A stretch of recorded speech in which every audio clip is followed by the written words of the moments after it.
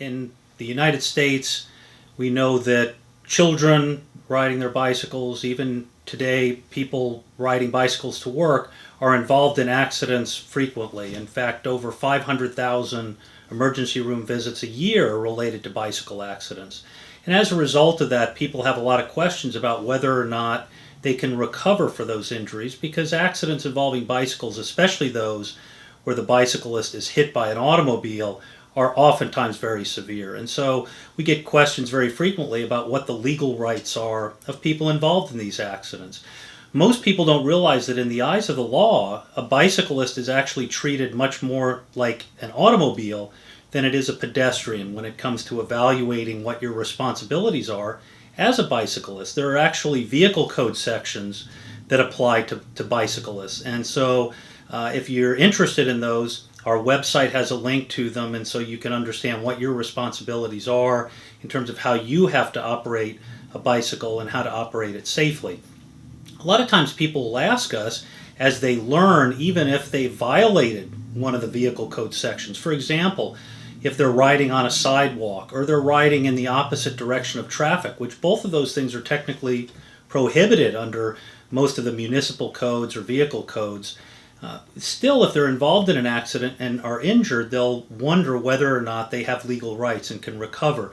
And in California, that may be an issue of comparative fault, but it's important to know that if you're seriously injured, you can still recover and still might have legal rights to recover for your injuries, even if you are partially at fault for the accident.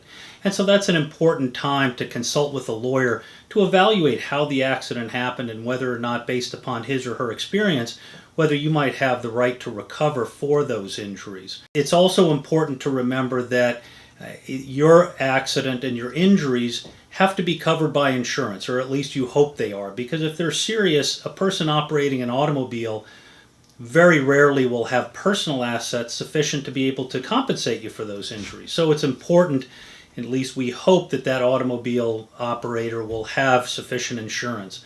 But one thing that a lot of people don't recognize is that even if that person who caused the accident operating the vehicle might not have sufficient insurance to compensate you for your damages, your medical bills, your pain and suffering, time off of work where you might lose wages. Oftentimes, your own insurance, your underinsured or uninsured motorist coverage, can provide you the coverage that you need. And the lawyers that you consult with will be able to talk to you about whether or not your insurance would come into play and provide you with some type of a safety net to compensate you for those injuries. But because bicycle accidents are very frequent, they involve issues of law that oftentimes personal injury lawyers even might not be familiar with unless they're involved frequently with bicycle accidents.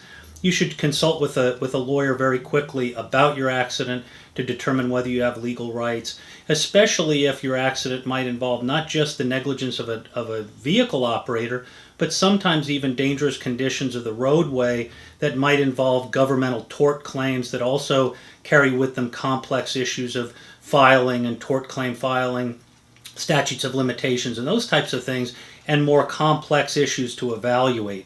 So again, it's important that you seek consultation with a lawyer who's very experienced in bicycle accidents. I've handled many myself over the years. My partners and lawyers in my firm have. So if you've got questions, feel free to contact us at any time.